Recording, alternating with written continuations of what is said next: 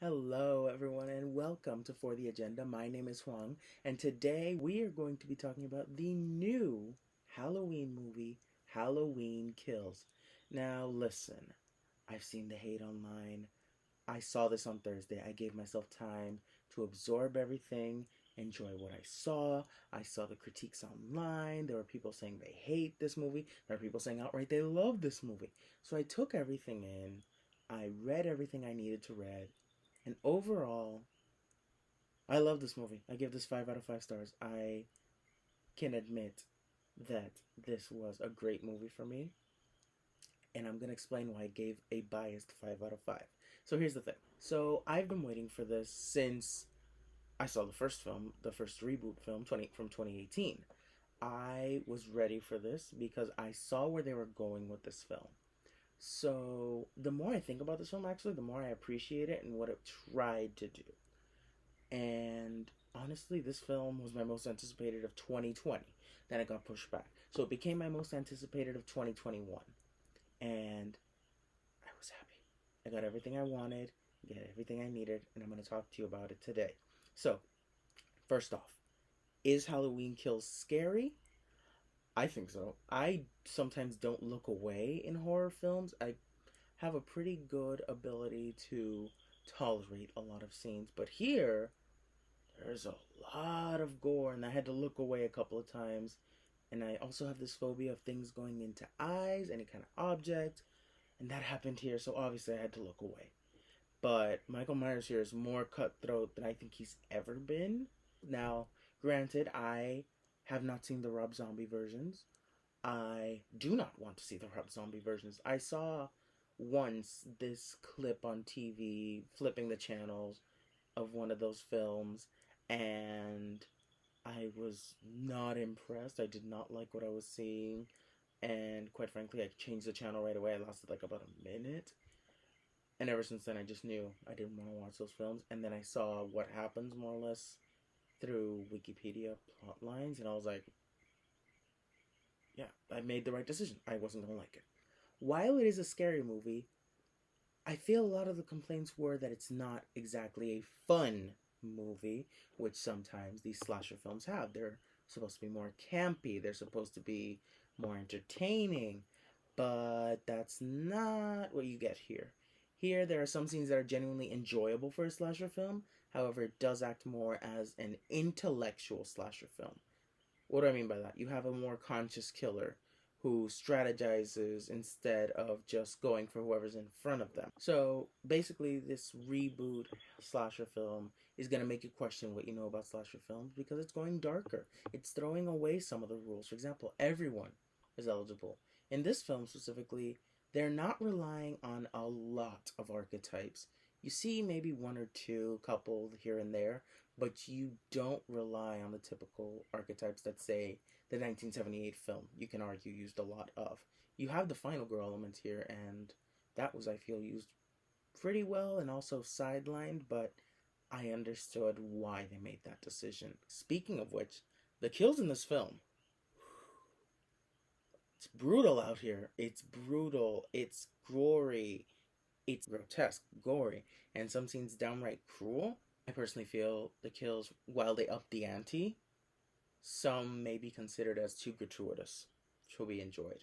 It's up to how you handle certain horror scenes. One scene in particular I felt was very hard to watch for me, and they sometimes dragged out a couple of the scenes here, which, on the one hand, adds to how scary this evil entity is, but also adds this layer of reality in the sense that there is a killer that sometimes savors the kill more than the chase. That's also the brutality of Michael Myers at play. On the other hand, I feel, don't play with your food, just enjoy it. Sometimes certain scenes, especially that one scene, didn't need to be dragged out that long because it was very hard to watch because you're dealing with innocent people's lives at the mercy of a killer through no fault of their own, just for living in the house and being at the wrong place at the wrong time. If you're not someone who's a slasher film fan or who just doesn't particularly like graphic horror kills, I'm sorry, but this film isn't going to make you a fan of those kind of films. It goes really far sometimes. I also love that this film focuses on mob mentality. Now, the time of filming of this film was 2019, and I can see how during that time they wanted to film that kind of scene, tell that kind of story, because by the time they were hopefully come out in 2020, it would have maybe made a bigger impact. I can see the purpose behind that. I feel where they were going with this was more to explain how fear can wreak havoc on people, especially a small town that have been dealing with this killer for over 40 years now. You know, they were tired of being afraid, tired of seeing bodies pile up and not knowing if their loved ones were going to come home. Fear is a very dangerous thing, and here I felt they used that well. They definitely played up on the fact that when you are in that state, when you are traumatized by your town's history and by those events that happened that night in 2018, and it's still happening. This literally picks up right where 2018 leaves off. You don't act, you react, you don't think right away. And here they play on that. I thought it was well done. It could have been done a little bit better, but I liked it because not only do you see how the characters act and react to certain situations, but you also see how their decisions impact others, especially when the choice is made without using logic, when instead rage blinding their judgment. And I think that's a very important conversation to have, not just in a horror movie situation, but in general. Use your logic and don't be blinded with rage because it can really impact someone else. But I enjoyed it. I got it right away. I understood what they were trying to do, but I'm addressing how certain people would feel didn't work for them. Now, as for Jamie Lee Curtis, love her. She's an icon, she's a legend, and she is the moment. Now, come on now. Jamie Lee Curtis, she does a great job here with what she's given. I think she's great. She's always going to be great. But here, she isn't in the movie that long. She really shows up for like a handful of scenes, and I feel she shouldn't have been in the film that long because, again, you are setting her up for Halloween Ends. In that moment, you see in the teaser trailer, she's injured.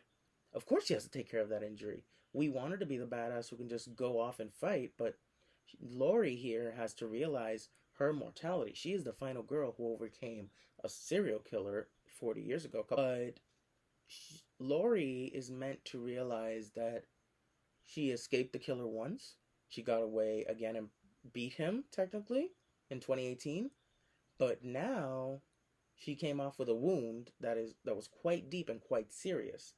So she has to realize that if she's going to have to play this game again, she needs to realize that it's going to be life and death, which is why she's not in the movie this much, which is why they kind of just push her to the side in this film. I also wanted to give a quick shout out to the cast. Everyone here did a great job. Judy Greer, who plays Karen, her daughter, really good job. I really liked what she's done with the character. I really liked what she did in 2018. I just think she was such great casting. And Andi Matichak as her daughter, who is Laurie's granddaughter, really good job. I liked what she did here. I just think that the casting of the Strode women was so well done, and it really shows off here.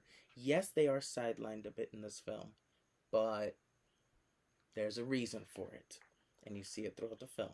You may not agree with it, but it's the end game that we're trying to achieve here. I like Dylan Arnold, who played Cameron, her Allison's ex-boyfriend that's like on again, off again. I didn't particularly love his character in the first film. I thought the acting was good, though. I think here you saw a bit more of Cameron. You got to see perhaps some of the personality that Allison fell for, and I think that was nice to see. You kind of got two perspectives here. I thought he was good. Now, do you have to watch all of the other films, all of the other Halloween films in the franchise, to watch this film? No. Here are the only ones you have to watch. The original from 1978 and the reboot from 2018. That's it. That's all you have to watch Halloween Kills.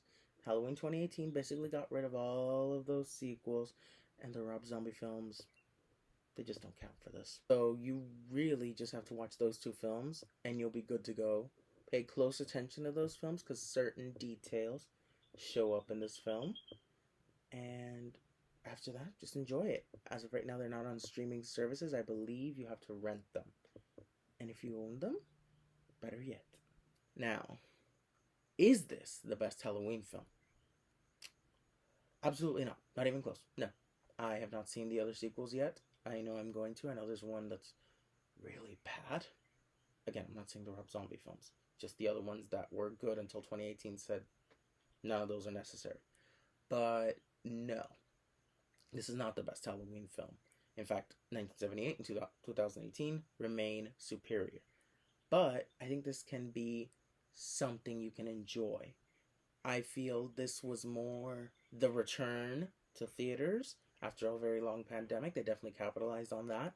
I feel this is going to be a film that if someone in your group of friends has the Peacock Premium subscription, or you all want to go to a theater to watch this, which I recommend. While my theater going experience wasn't 100% amazing, there are of course some people there that I wished weren't. But taking them aside, watching this film in a theater reminded me of watching horror films back before the pandemic, and it was a really nice experience for me. So I enjoyed it. If you want to watch it from the safety of your home, there's no problem with that. Enjoy it. Enjoy it through the Peacock paid subscription. So, overall, to conclude this review, the 1978 version of Halloween and the 2018 version of Halloween are superior. There's no doubt about it. But, given what they tried to do here, I feel this film does exactly what it set out to do, exactly what it needed to do, and it especially counts when you see what they're trying to do to revamp the slasher genre. It tries to make it a darker, grittier piece of filmmaking, rather than the campy fun aspects it was completely known for.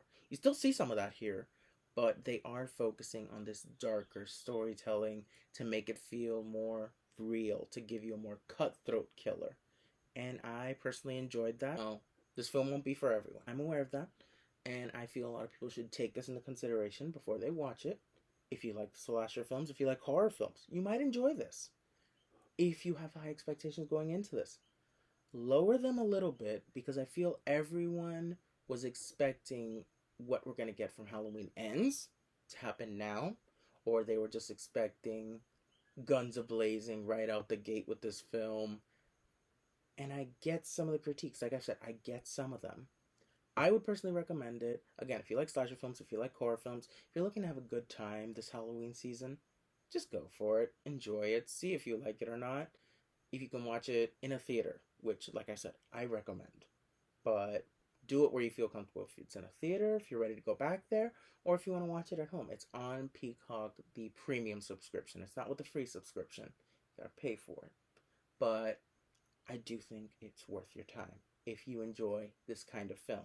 Yeah, those are my thoughts on Halloween Kills. Thank you so much for watching. If you like this video, hit the like button down below. If you've seen Halloween Kills, did you like it? Did you not like it? Are you going to see this film? Are you not going to see this film? Leave a comment down below letting me know what your thoughts are or what your plan is with this film. Again, I think this is going to be a very fun film to watch on Halloween with a group of friends. And quite frankly, that's probably one of the best ways you can enjoy this film, with a group of friends, like old times. Again, thank you so much for watching, and remember, it's always for the agenda. Bye!